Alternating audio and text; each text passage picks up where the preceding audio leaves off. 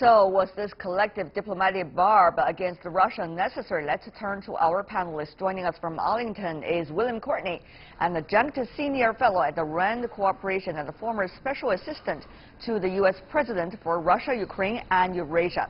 In Moscow, we have Dmitry Barbich, a political analyst from Sputnik International Agency. And in Southampton, the UK, we have Mike Bastian, a professor at the University of Southampton in the United Kingdom. I want to welcome the four of you. Let me begin with you, Professor Bastian. In the UK, your quick response to the latest actions, more than 100 diplomats coming from Russia in different parts of the world being expelled out of the countries. Well, I think that the message from the UK government is that it's welcome. Obviously, it's a very somber time, but the extent of this coordinated and concerted set of expulsions, it really is unprecedented. The Foreign Secretary, Boris Johnson, has publicly registered the fact that this is a first and that Russia really is increasingly isolated. So I think the UK government certainly sees this as a step forward. Mr. Barbich, very briefly, I know you tend to go in depth, but let's answer the question briefly from you, sir, first. Do you think Russia has been, in a way, isolated by the West as a result of the expulsion more than 100 diplomats? No, because we knew that the European Union was basically very anti-Russian. Unfortunately, a lot of people in Russia and in the elite had the illusion that the European Union was somehow different from the United States. Some experts said that the EU countries are forced by the United States to act against Russia.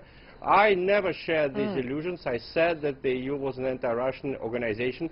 But the EU is not Europe, and the EU is not the world. And the British side will lose for a very simple reason. It's not exactly clear what they want. If they want Russia to confess doing something that Russia didn't do, they won't get it even if they expel all the diplomats from all the countries of the world. All right. And otherwise, I don't see what they want to achieve. Let's ask Mr. Courtney what they want to achieve, the United States included. Want to expel and is in the process of doing it, Russian diplomats after the alleged poisoning of the ex-spy, even though Russia has been continuing, according to Mr. Barbich just now, denying it, the accusation.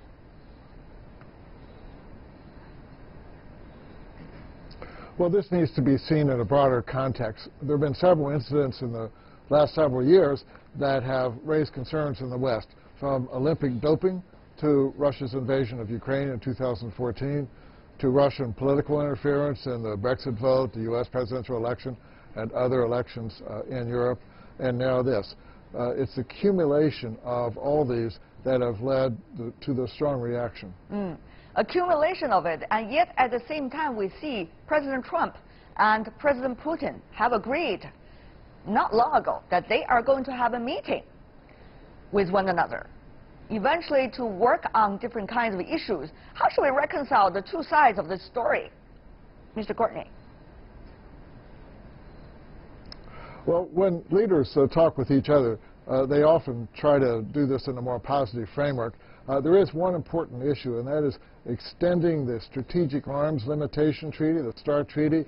That needs to be extended for another 5 years. I think both sides would like to do that, but politically it's going to be a bit more complicated now because of this incident and also because of Russia's violation of an intermediate-range forces nuclear treaty. Mr. Barbich, do you think things are much more complicated? Is the meeting ever possible anymore?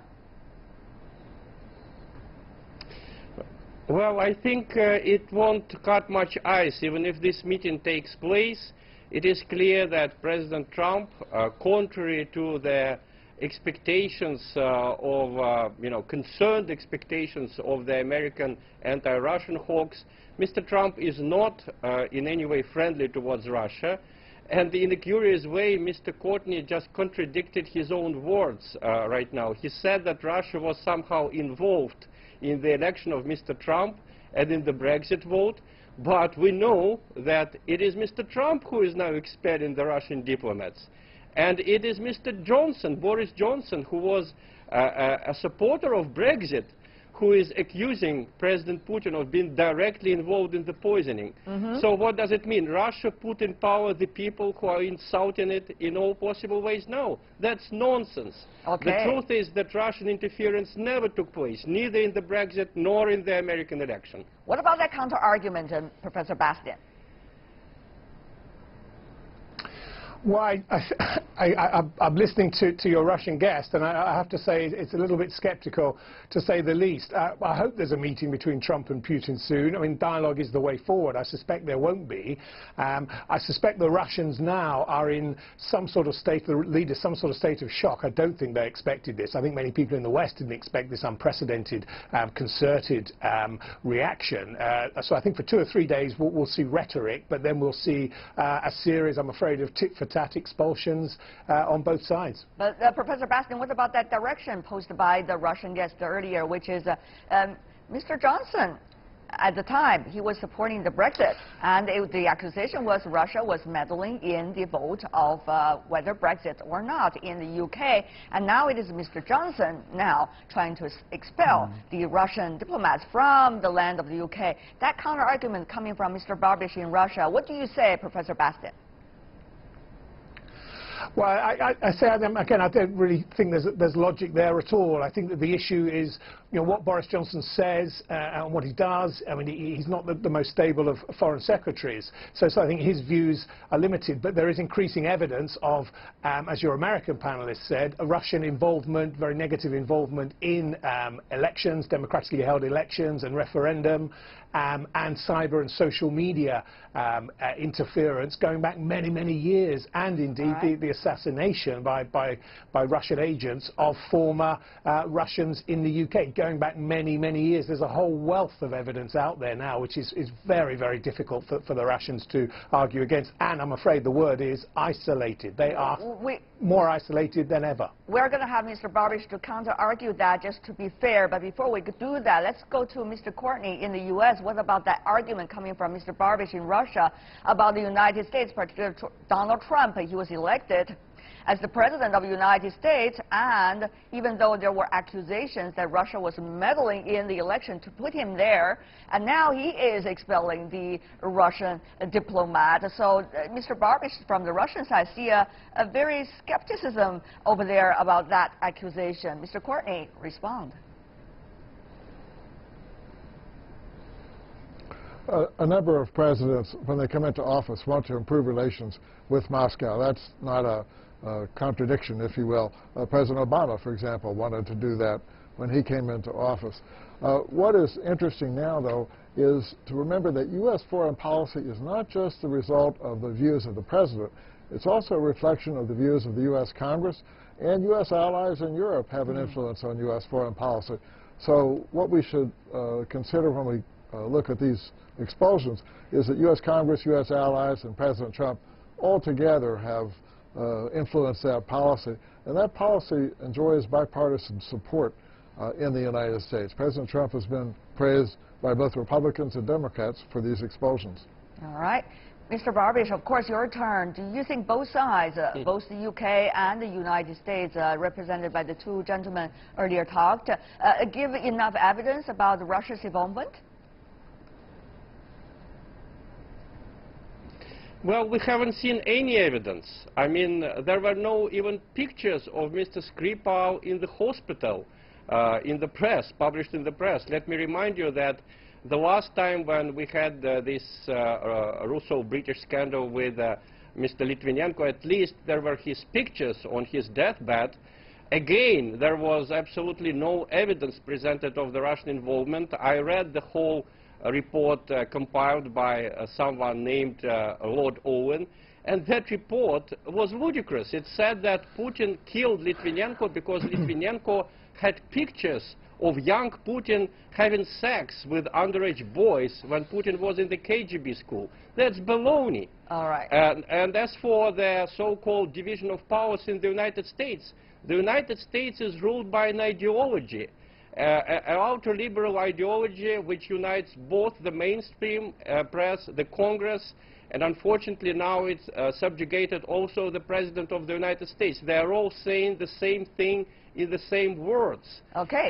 And they are twisting the American values. Just look how the New York Times is making Stormy Daniels, that porn star who is now suing Mr. Trump, they're making her into a hero. Well, we wouldn't want saying to... that how she raised from an unassuming We wouldn't student want to to involve such that greatness. story, Mr. Barbish. That's not directly related. We don't want to go into the porn star. This is not the show that we are doing right now. What we are doing right now is about this specific issue between Russia, United States, and the West when it comes to the future relations. So let's focus on our topic, Mr. Courtney. Is it about ideology, that accusation coming from Mr. Barbish? It is not about ideology. In fact, after the Soviet Union collapsed, Russia worked very hard with the West to improve relations, and the West reciprocated. The West brought Russia into the International Monetary Fund, the World Bank, and eventually expanded the G8 to include Russia in the, expanded the G7 to include Russia in creating the G8. So there's no ideological predisposition in America against Russia. The issue is concrete actions: Olympic doping, invasion of Ukraine, interference in elections, and now this poisoning. All those together are specific issues that have influenced American attitudes. Okay, Mr. Barbish, the other side said it's not about ideology because the other side made efforts toward Russia on a quote-unquote friendly basis. It seems that's what Mr. Courtney earlier suggested. Mr. Barbish, is that the message that you got?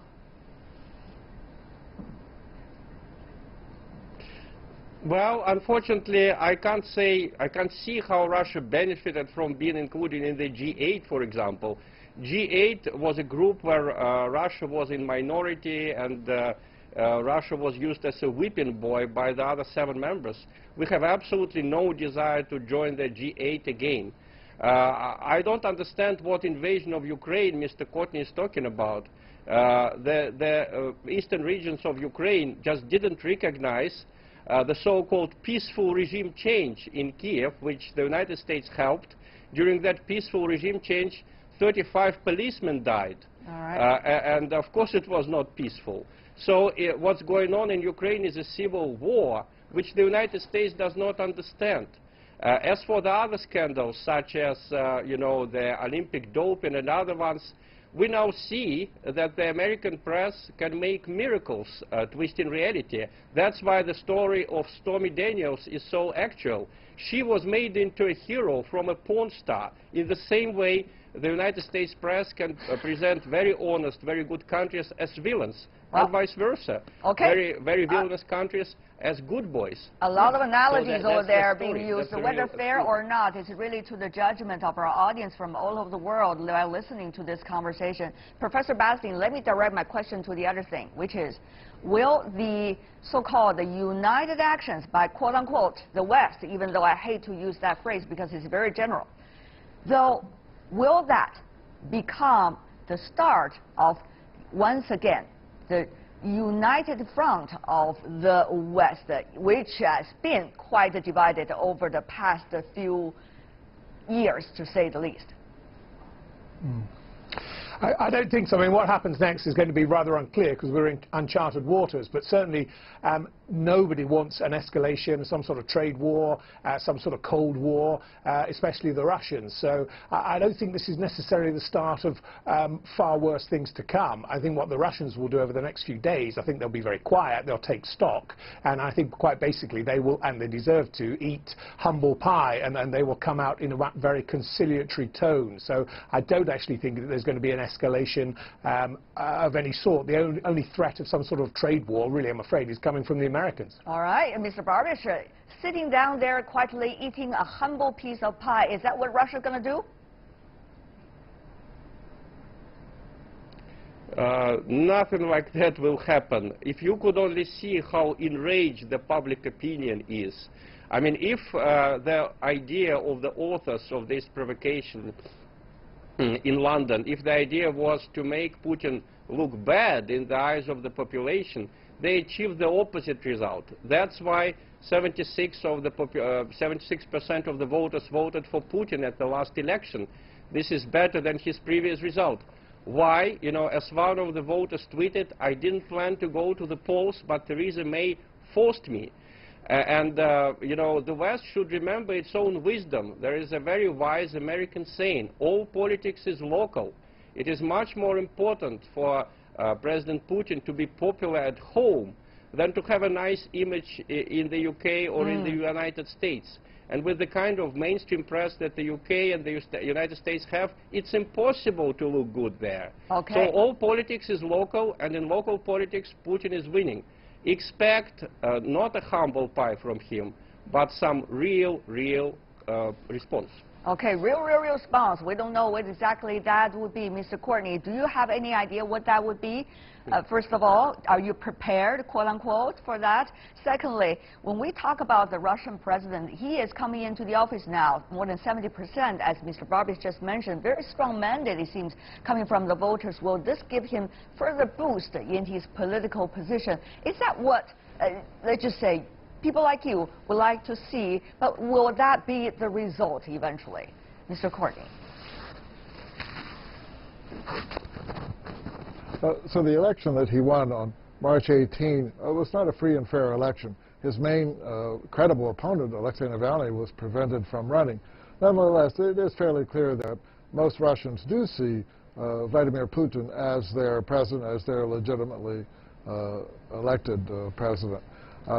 So how we go forward from here will depend in part on whether politics is local and how Russians regard President Putin's actions, but also depends on what the West does.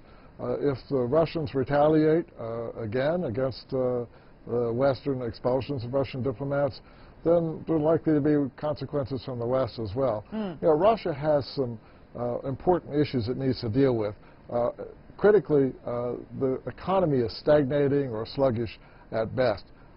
Russia's engaged in a lot of costly foreign adventures in Ukraine and Syria, so the Russians are going to have to sort all these issues out and find out, what is a sustainable policy for them. Okay. Before we go, gentlemen, I want to have a general view from all of you, which is a very important topic. We see a lot of changes going on recently. We see the Russian election, the president having a strong mandate, whether you agree or not.